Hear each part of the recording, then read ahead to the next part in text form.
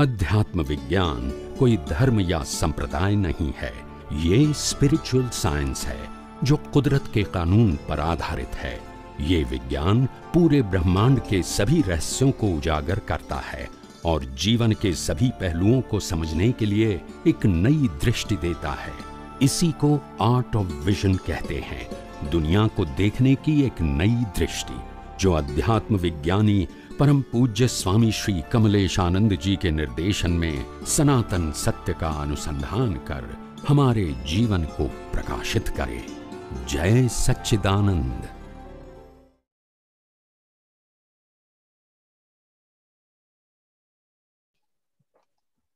अनुषा। जय सच्चिदानंद स्वामी जी। हाँ, जय सच्चिदानंद, जय सच्चिदानंद।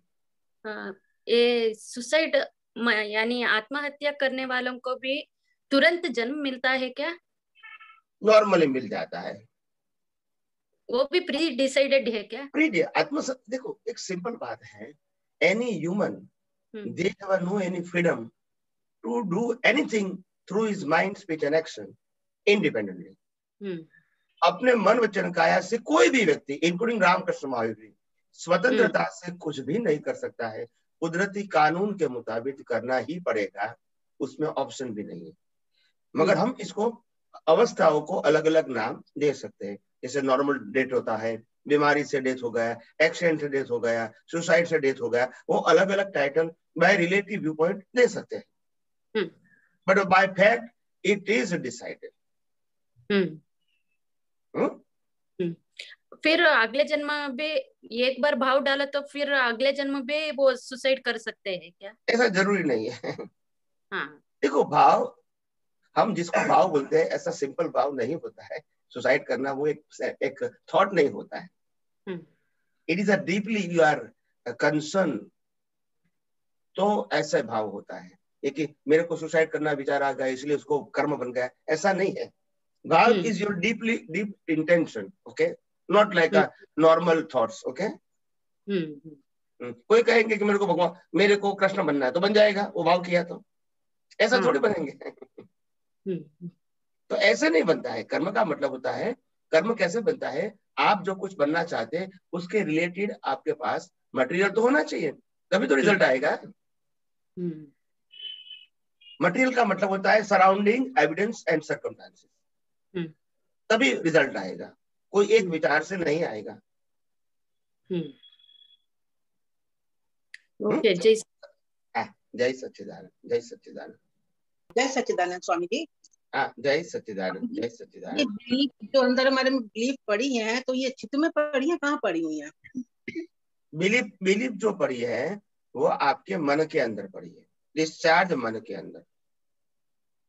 और वो मन अपने आप काम करता है, ये अच्छा है, ये बुरा है, ये मेरे को पसंद है, ये मेरे को नापसंद है, ये पाने से मेरे को सुख मिलेगा, ऐसा होगा तो मेरे को दुख होगा। ये सब बिलीफ अपने मन के अंदर पड़ी हुई है।